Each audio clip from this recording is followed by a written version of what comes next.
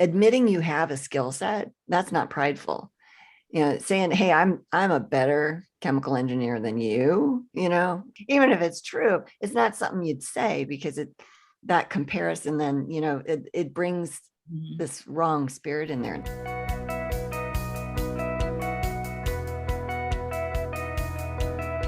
Welcome to What to Say and How to Say It. Today we're going to be talking about 2 surprising ways where you can avoid damaging your relationships. And this is part of our series on love, the passage in 1 Corinthians 13, where God talks about what love is. This week we're talking about love does not boast, and we're combining that with love is not proud, because those two are pretty similar and kind of feed off of each other. So Nina, what are your thoughts about pride and boasting? What comes to mind when you think about that in terms of communication? Yeah. So I really wish that we could just be humble, right? That wasn't some painful process.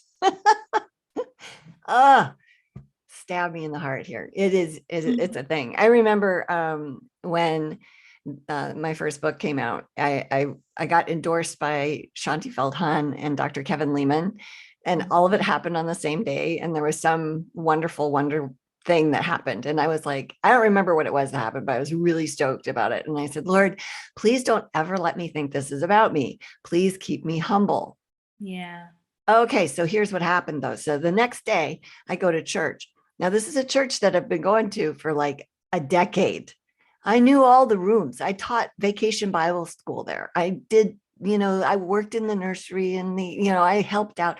We were at that building like 3 times a week. I knew where the women's bathroom was, but that's not where I went. I went on a Sunday morning, like right in between services. I marched into the men's bathroom, and then I had the audacity to see this guy standing at the sink. And I went, oh, that's odd. He went in the wrong restroom.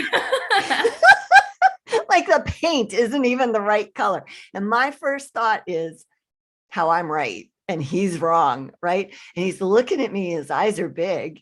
And then there's this other dude in there, and I'm like, oh, I'm the one that's wrong. And so I turn around and I run out of there, and I run right into a friend of mine. And she's like, Nina, what are you doing? Why are you in the men's bathroom? And I'm like, I don't know. I can't even. And of course, I'm making a spectacle of myself in front of like 30 people. And I'm laughing. And then I look down, and the tampon that I had in my pocket was now on the ground also. So I picked it up, and I thought, I am never, ever going to pray to the Lord will help me stay humble again. Because man, that happened fast. Because that's how you learn not to be prideful, right? Is you have stuff happen that's embarrassing, or could be, right? Now, I didn't tell that story for a good couple of months because I was just mortified, right? And then the Lord brought to me, well, excuse me, you're mortified. You're embarrassed by this. What's that about? Oh, and so then I had to realize I was being prideful again, right? So I prayed to not be prideful, but then I was actually prideful because this embarrassing thing happened to me. And I was really embarrassed about it. And then I was like, well, that okay. So what am I going to do with that? Well, an active leap of faith would be to share the story. So I did. I put it on my blog. You've probably heard it before, but so this is a new one. But there's a difference between those two things. Love is not proud. Love does not boast. The does not is the action, the verbal thing, right? Mm-hmm. That comes from the heart, that is prideful. So the pride piece is inside of me. I'm this way. My heart is this thing. And then my activity then is boasting, which is I got to elevate myself verbally.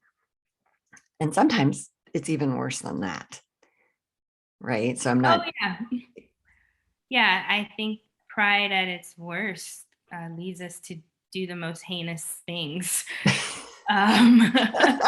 Okay. But what's interesting about the story you just told is that the default that you were Oh yeah. in was to assume everyone else was wrong and that you were right, and Yep. that just speaks to how that sin just is in us. Like that is our default. We don't assume we're wrong Yeah, yeah. by default. And I think of those moments that are similarly embarrassing and humbling, like when you're going down the wrong direction, like on a Oh, on a one way. Have you yeah, ever done that before? Man, is that quickly yeah, humbling. yeah, yeah. Why are these cars going the wrong way? Yes. Oh, wait, it's me. Yes. And people are flagging you down, telling you turn around, and you're looking at them like they've lost it. And it takes a minute before you see the car coming at you for you to wake up. And so I totally get it. Mm-hmm. Mm-hmm. But Yeah, and I see this come out in me when I have a hard time, and this, I've gotten so much better about this, right? But there's still times where I don't want to hear constructive feedback, you know, yeah. or and I don't like hurting people, but I do it. Now it's not a regular thing, right? But people will tell me what I've done, and it's a check, it's a character check to know, okay, am I being defensive here? Or can I own the thing that I did and apologize for it? How much is that costing me? And it used to cost me a lot because I probably spent the first 25 years of my life not apologizing for anything because that was weakness. Yeah, that's just what I thought about it. And now I know that's a totally different thing. Like the more the stronger a character, the more Jesus we have in us, if you will, or not like we all get different size helpings. It's like, what have I whittled away out of my sin nature so I can see him in there, right? Listen to him and all that space. But the more I grow in that, the less it costs me to be wrong. Right. And the less I care about being right. Like, yeah, I don't care about being right a lot of the time. And that's huge growth for me. Yeah. It is growth. And I think, we're just now getting to a place where we understand being vulnerable enough to apologize is actually a strength and a sign of character. It doesn't mean it's easy. And especially if, you are in the middle of conflict and you have to eat worms. I don't know. What does that even mean? Well, when it's like, when it's obvious that you had, the wrong idea, or you assumed the wrong thing, or, you even accused, I've done that before where I've accused, someone of doing something that they actually didn't do. And it came to light that I was wrong. And you got to eat worms or humble pie or whatever. Oh my gosh, you have a worm pie. Your humble pie is worm pie. That's just nasty, girl. Yeah. And so then you end up having to apologize, and it's definitely not prideful to get there. And but you're right, it's something that you do get with maturity, because you're not losing anything. You're not, you learn that you're not really losing anything, right? But just owning it. You're actually gaining respect, self-respect, and hopefully respect from the other person as well. Oh, that's a huge thing right there, right? Respect from the other person, like being able to apologize, huge deal. And when I go into situations where, I have something against someone else, it's normally our go-to with that is, okay, you did this thing, right? And I've switched in the last like 5 years. I've started saying, okay, so I'm wondering if there's something that I've done that's upset you. Can we talk about that? And they're usually like, well, what do you mean? what are you talking about? And then say, well, this thing that happened yesterday wasn't like you. Um, and so I was wondering where that came from. There's something underneath it.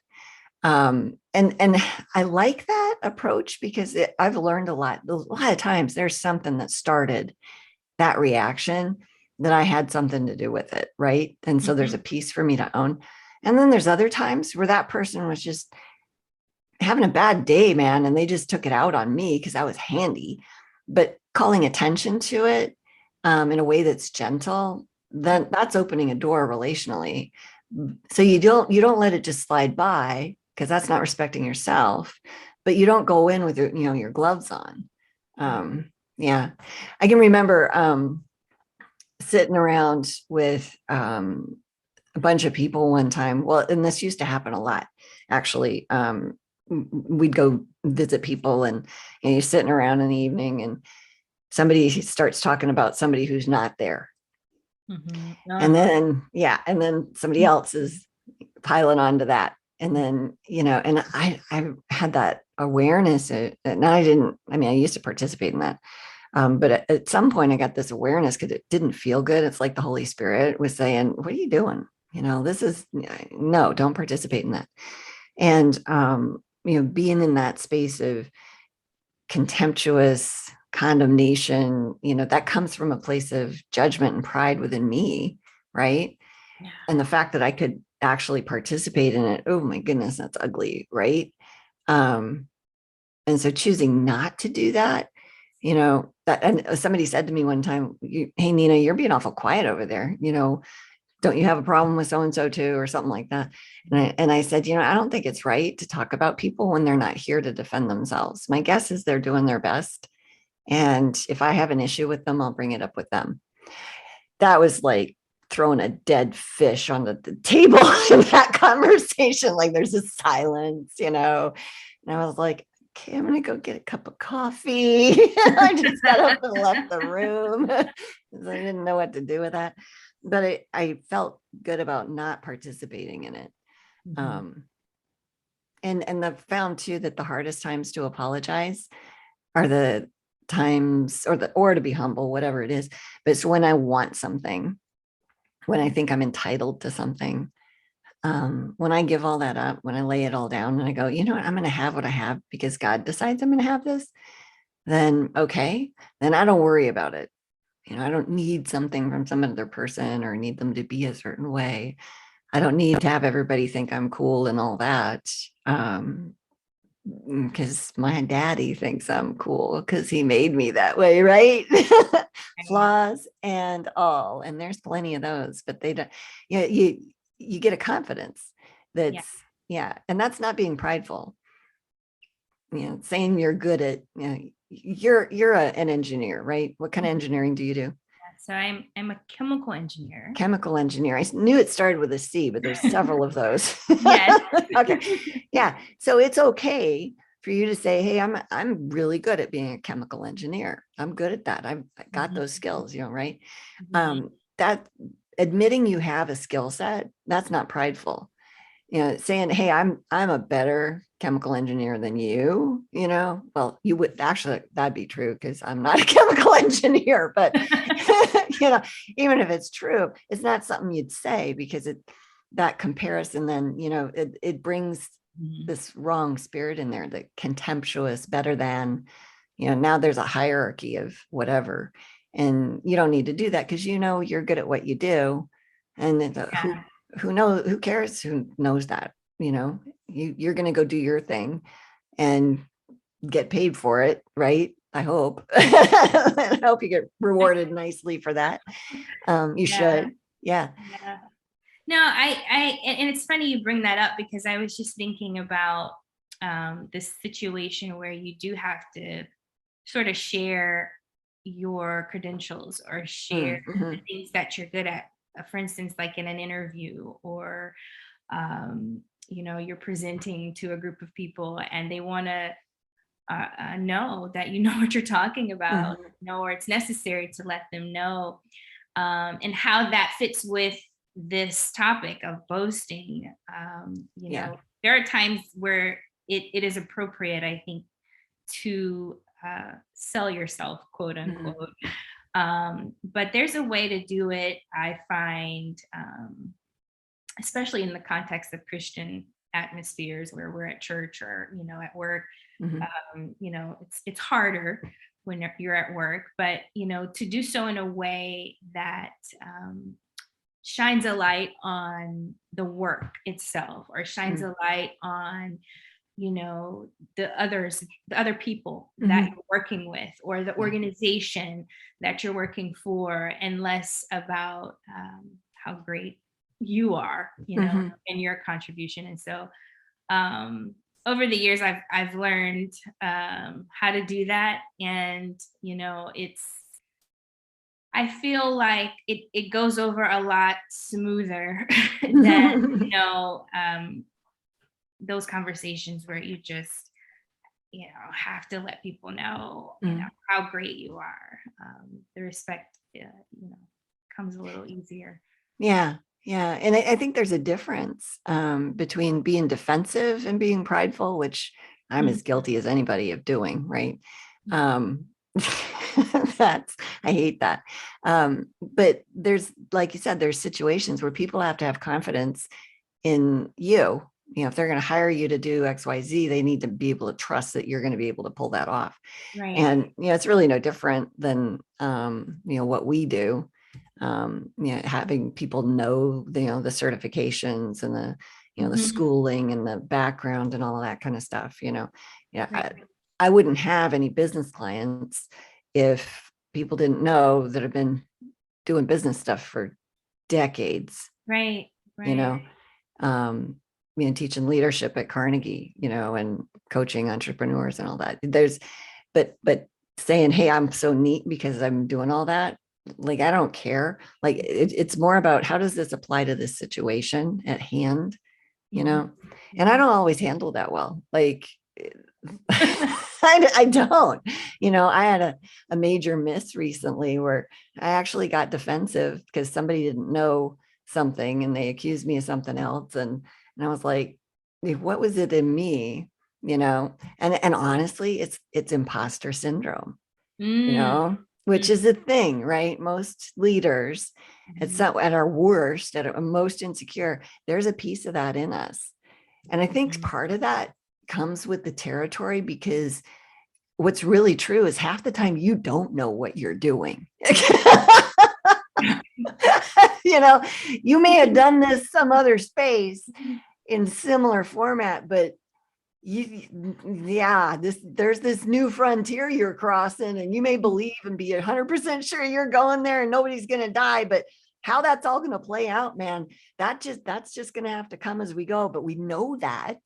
Yeah. And so there's a little bit of, no, I got this, no, No, I don't. I don't.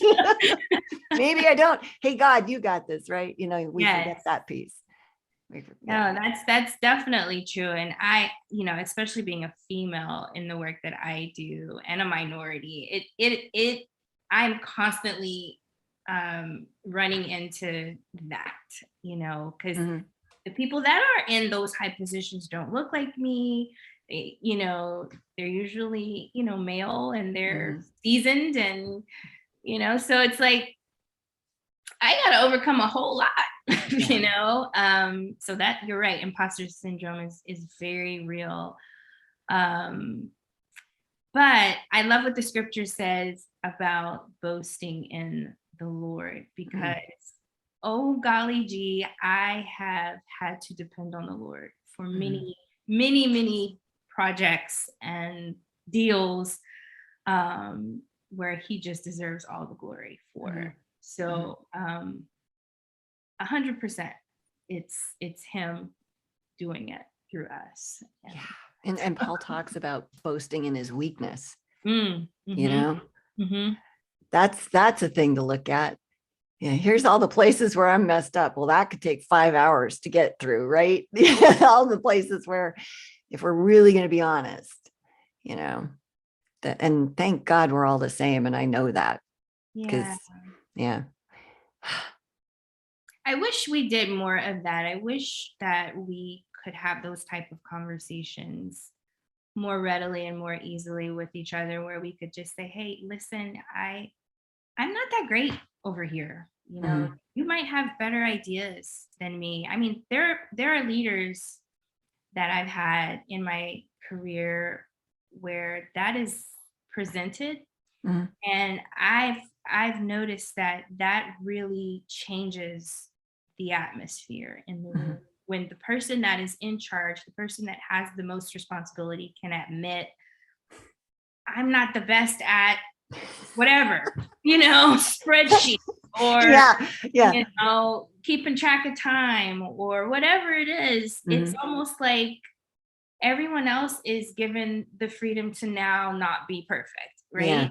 So yeah. it's always refreshing when we can just be honest and transparent that way. Well, and the thing is people are gonna find out anyway, That's right? Like, true. yeah, like I make a joke over my math skills. I mean, I went to graduate school, so I graduated. I have a master's degree. I can do statistics. I can do some math, right? But you hand me any kind of accounting stuff, I'm like, okay, somebody explain this to me. Yeah, I it's don't get this. yeah, Not my lane. yeah. Everybody knows that about me. We were someplace the other night and I did math in my head aloud, and both the people I was with, they were like, Nina, you just did math. I'm like, yeah, I know, right? And the funny thing is it was just double digit addition. I did it in my head. And everybody was all proud of me and happy. And I'm like, oh my gosh, this is so silly. Um, but it's kind of a funny thing because everybody would know that anyway. I could not bluff Yeah, my way through that. yeah, And it's not that I don't understand a P&L statement. It's just I don't, we look at those, however many times a month, and it's not what I'm focused on. yeah. And I've got people that's who they are. I mean, we get Right, brilliant people, right, and so you let people swim in their lanes, right. you know, and you And stay out of it it. frees you to say, and I'm this isn't my thing. Mhm. It's okay. I think about the church and how we were talking about a couple weeks ago, the different gifts and how the body works together, and how one person's gifted in teaching and another person's gifted in serving, and Mhm. it's gonna show up somewhere where we're strong and where we're not so strong. But the sooner we can all admit it to ourselves, the Yeah, sooner we can work together to yeah, function, yeah, right? As a yeah. as a body, and stop all this, I want your gift, you're not that great at this type stuff, which is Right. waste. Well, and if you start in a business or leading an organization or pastoring a church, there's a lot of expectations put on those people to have it all together and to be able to do all these things. And reality is that the sooner you just go, no, I can't do that. I have no idea. Right. Here's a hole. Let's figure out how to fill it because I got nothing. Mhm. That's the point where you can really do, the organization itself can actually go do something. Right. But if you pretend that and it's like teenagers and elementary school kids, and somewhere around age 9, 10, 11, they start figuring out your parents don't know everything. you know I know, right? And that's a thing to navigate, because you've got to still be trustworthy and have them, feel protected by you, but also be humble so Yeah. that you can, not teach them to be prideful and Yeah. fearful. That's what comes out of that, Mhm. is fearfulness. If you're showing up pretending you're all that with your kids, they're not stupid. They know, but then they have to put on a mask too. And then now you have two masks interacting with each other and nobody's connecting. And that's really unhealthy. And you see people do that in marriage too. It's like, I don't know how to, being honest, like you were talking earlier, and just saying, hey, I don't know how to get out of this. We're in this thing. I don't know what to do next. Yeah. Yeah. But pretending, that doesn't work in Yeah. any space. And pride pretends. Yeah. And we, like you said, we always pick up on it. Even kids can pick up Mhm. on it. You're talking about, school. There's a new math now that everybody's doing that I don't understand. I love math. I You're an was, engineer. but I tell you, this new math has got me scratching my head. Like it's like the long way to do something that takes 2 seconds and turns into like 5 minutes. And it just, yeah, it's Wow. humbling because, here I am thinking, and this is not me boasting. This is just I don't know if you got to put a caveat. right. Since Yeah. we're talking about this, but like I literally always scored 99 percentile on standardized tests with math because that's just how God wired my brain. But oh my goodness, like my sixth grader is doing math in a way I can't help her. And so she and I are both going to YouTube and we're both going to, Yeah. to check how this actually works. Cause mom just, I can't boast in that new math. Well, you sound really humble about it, and look at you being honest. And I mean, I don't know that you really have a choice there. If she's asking you for help and you got nothing, but I love it that you're doing that you're showing up real with her. Because that's how you have real relationship. That's beautiful. Very cool. Yeah. And thank you for saying that because it doesn't feel good. Yeah, it doesn't feel good to not know what you're doing with your kids, but you're right. It does show them that, we don't know everything and it's okay. Well, I had one of my 20 somethings say to me, it was such a striking comment. I'm not going to say he or she because I want everybody to wonder who that is. Okay. Yeah, but the comment was, I've just figured out that adulting, it means not knowing what you're doing a good chunk of the time. Like nobody knows what they're doing a lot. And I'm like, yep, that's really it right there. Nobody knows how to raise their kids while they're raising them. Nobody knows how, we're not wired with, we don't come hardwired with this info, right? We can learn some stuff and then apply it. But yeah, the welcome to life, man. Growing up, leading, all of it. Nobody knows what they're doing. That is absolutely true. You can get confident in that you're going to be okay. And I think that's really the big goal. So, Right. well, where can people, go ahead. So